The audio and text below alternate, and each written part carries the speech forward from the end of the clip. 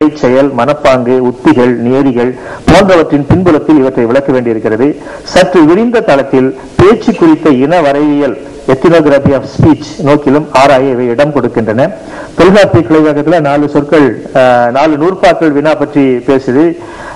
இது சொற்றொடர் நிலையை கடந்ததாக இருப்பதால் அவற்றை கருத்தாடல் நிலையிலே விளக்க முடியும். கருத்தாடலுடைய குறைவாக்கம் ரிடக்ஷன் ப்ராசஸ், அதுதான் பணுவலா அமையுது. நம்ம உரையாடுவது அது, அதை நாம பணுவலா குறைக்கிறோம். வாசிக்கிற ஒருவன் அதை மீண்டும் ஒரு கருத்தாடலாக உணர்ந்து ஒரு பணுவலை வாசிக்கிற போது அது மீண்டும் ஒரு கருத்தாடலாக அமைகிறது. ஒருவேளை கருத்தாடல் தொடர்பான விளக்கங்கள் வேணா அது தனியாக தான் நம்ம விரிவா பேசுறோம். இப்ப செப்பு வினாவை தெளிவா உரையாசிரியர்கள் வரையறுத்திருக்கிறார்கள். தவறான வினாக்களே தப்பா இருக்கும் சமயத்துல. இப்ப ஏதாவது ஒண்ணு காட்டி இது பெருசா சின்னதான்னு கேட்டா அது தப்பு இல்லையா? இன்னொன்னு இருந்துதான் எது பெருசுன்னு நம்ம கேட்கணும். அது ரொம்ப அழகா சொல்லியிருக்காங்க.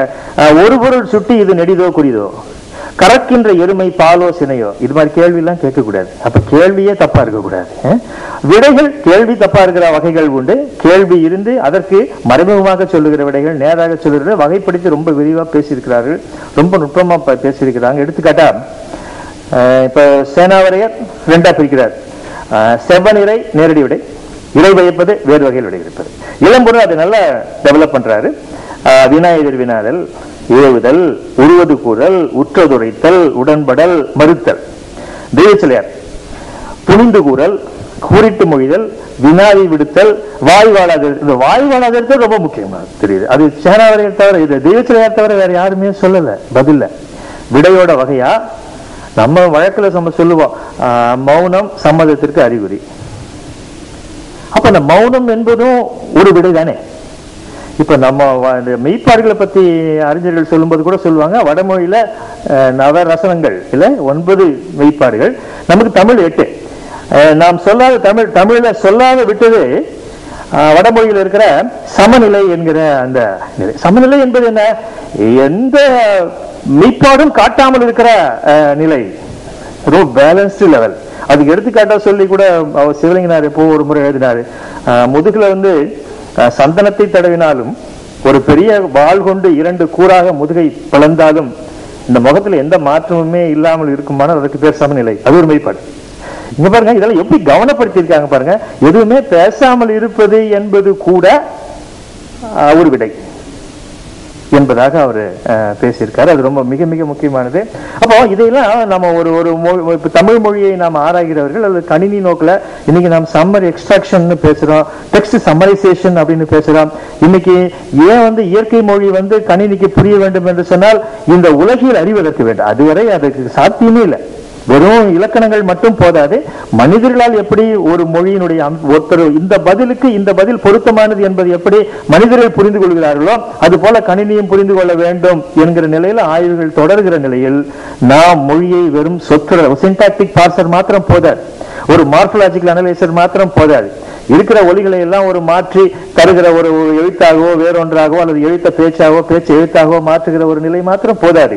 அதுக்கு மேல நாம் 2 தொடர்களுக்கு இடையே இருக்கிற உறவு என்னவாக இருக்கிறது, அதை கொஹரன்ஸ் சொல்லுவோம், கொஹசிவ் சொல்லுவோம். வெளிப்படையா நான் வீட்டுக்கு போகிறேன் ஏனென்றால், இந்த ஏனென்றால் ஆகவே எனவே இப்படி எல்லாம் போட்டு சொன்னா அந்த காரண காரியத்தோட நான் விளக்கினாக்கா அதுக்கு பேரு கொஹசிவ் டைஸ், கொஹஷன். இப்படி எதுவுமே இல்லாம பக்கத்துல இருக்கோம்.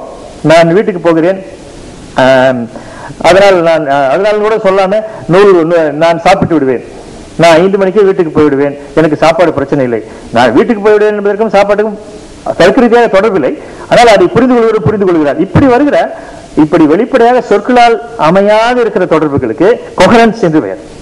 அதை கருத்திணைவுன்னு சொல்லலாம். இது தொடர் இணைவு என்றும் அதனை கருத்திணைவு என்று சொல்லலாம். கொகஷன் தொடர் இணைவு. ஆனால் எனவே எப்படி ஏனென்றால் என்று சொல்வது தொடர் இணைவு. அப்படி தொடர்பு அப்படிப்பட்ட சொற்கள் இல்லாமலே ஒரு தொடருக்கும் இன்னொரு தொடருக்கும் உறவு அமையுமானால் அதற்கு பேர் கருத்திணைவு என்று பெயர். இப்படி எல்லாம் நாம் இந்த தொல்காப்பியருடைய நோக்கில் நாம் சில இந்த வகைகள் எல்லாம் எடுத்து பார்க்க முடியும். அதே மாதிரி வினாவை பத்தி பேசும்போதே இப்ப ஆங்கிலத்தில் ரொம்ப ஈஸியா பிரிக்கிறாங்க. வினா வகைகள் yes or no type, simple. What type, what, when, where. Question words, அந்த வேர்ட்ஸ் வச்சுட்டு வாட் டைப்னு பிரிக்கிறாங்க. Yes or no type, echo or non echo type இப்படி பிரிக்கிறாங்க. நம்ம அந்த வினாயகர் வினாதல் என்பதெல்லாம் இந்த எக்கோ டைப். சாப்பிட்டியா? சாப்பிட மாட்டான். போகலையா? போக மட்னா எக்கோ டைப் இது மாதிரி கூட நம்ம தொடர்படுத்தி பார்க்கலாம். உலகளாவிய நிலையில மொழி அமைப்பை அல்லது மொழி பயன்பாட்டை ஆய்ந்து செய்திருக்கிறவர்கள் எப்படி இந்த செப்பு வினா அல்லது உரைகளுக்கு இடையே இருக்கிற உறவுகளை பற்றி பேசுகிறார்கள் என்பதை வைத்துக் கொண்டு கூட நம்ம தொல்காப்பிய 4 நூற்பதா. ஆனால் தொல்காப்பிய உரையாசிரியர்கள் இதை மிக மிக விரிவாக எடுத்து செய்திருக்கிறார்கள். அதையும் நம்ம பார்க்கலாம். கடைசியா ஒரு பகுதி இன்னும் 2 நிமிஷத்துல நான் முடிச்சிடுறேன். இனிமே நான் தொகுப்பா சொல்ற செய்தி, வினா செப்பு ஆகியவற்றுக்கிடையே அமையும் உறவை மொழி அமைப்பு உறவை கொண்டு மட்டும் விளக்குவது கடினம்.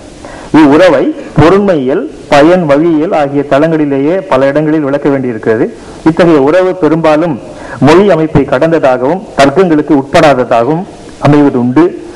செப்பு வகைகளை செவ்வநிறை, இறை பயப்பது என தொல்காப்பிய உரையாசிரியர்கள் வகைப்படுத்தி விளக்குகிறார்கள்.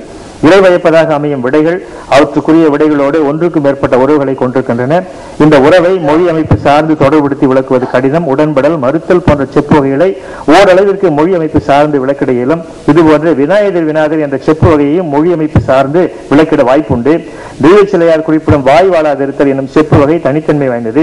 இது உடன்பாட்டு பொருளையோ அல்லது அதற்கு நேர்மாறான பொருளையோ கூட உணர்த்தக்கூடும். பொருத்தமற்ற பொருளற்ற வினாக்களுக்கு வாய் வாழாதிருத்தல் விடையாக அமைவதுண்டு.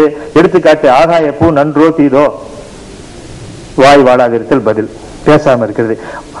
இது போன்ற உற்றது கூறல், உருவது கூறல் போன்ற செப்பு வகைகள் வினாக்களோடு கொள்ளும் உறவும் மொழி எல்லைகளை கடந்ததாகவே இருக்கிறது. வினா வகைகளை சுட்டும் உரையாசிரியர் வினாவை அமைப்பு அடிப்படையில் விளக்காதே வினாவை எழுப்புகிறவர்களின் சமூக பின்னணி சார்ந்து வகைப்படுத்தியிருக்கிறார்கள். எடுத்துக்காட்டு, இந்த சூத்திரத்துக்கு பொருள் யாது?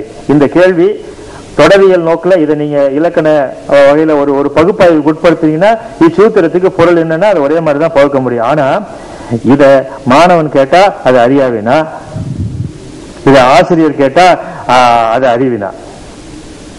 டெக்ஸ்ட் ஒண்ணுதானே, ஒரே டெக்ஸ்ட் தான். பையன் கேட்டா அவன் தெரியாம கேட்கிறான், ஆசிரியர் அதை கேட்டா தெரிஞ்சே கேட்கிறாரு. அப்ப எப்படி விடைகளை வகைப்படுத்தி இருக்கிறாங்க? எனவே இது மொழி அமைப்பு சார்ந்ததில்ல, மாறாக ஒரு குறிப்பிட்ட அட்டன்ஸ் சொல்லுவோம், ஒரு தொடர் அல்லது ஒரு பணுவலின் ஒரு பகுதி ஒரு மொழிச்சூழலில் எங்கே எப்போது எந்த நபர்களுக்கிடையே பயன்படுத்தப்படுகிறது என்பதை சார்ந்துதான் இந்த வகைப்பாடு அமைகிறது. எனவே செப்பும் வினாவும் அடுத்தடுத்து அமைகிற நிலையில அவற்றை பணுவலின் பகுதியாக கொண்டு அவற்றுக்கு இடையே நிலவுகிற பல்வகைப்பட்ட உறவுகளை கருத்தாடல் முறையில் அணுகுவதற்கு தொல்காப்பியருடைய சிந்தனை வழிவகுக்கிறது. இந்த சிந்தனையை நாம் கவனப்படுத்துவதன் மூலமாக வருகிற பல்வேறு வகையான மொழியாய்வு பணிகளுக்கு தொல்காப்பியரை மிகப்பெரிய வழிகாட்டியாக கொள்ள முடியும் என்கிற வகையில நான் இதை நிறைவு செய்கிறேன். நன்றி, வணக்கம். நண்பர்களே, இதுவரை அருமையான ஒரு கட்டுரையை முனைவர் டேவிட் பிரபாகர் அவர்கள் படைத்தார்கள். அது பற்றிய விளைவுகளை எழுப்பலாம். அதாவது இங்கு அமைந்திருக்கும் அனைத்து பேராளர்களும் அந்த கட்டுரையை சமர்ப்பித்த பிறகு மூன்றாவதாக இந்த அமர்வில் ஆய்வுக் கட்டுரையை படைக்க இருப்பவர் பேராசிரியர் முனைவர் கலியபெருமாள் அவர்கள். பேராசிரியர் கலியபெருமாள் அவர்கள் பட்டுக்கோட்டையில் மீனாட்சி சந்திரசேகர் மகளிர் கல்லூரியில் பணியாற்றி வருகின்றார். தஞ்சை தமிழ் பல்கலைக்கழகத்தில் மொழியியல் துறையில் திருக்குறளில் தொடர் அமைப்பு என்பது பற்றி ஆய்வியல் நிலைஞர் பட்டத்திற்காக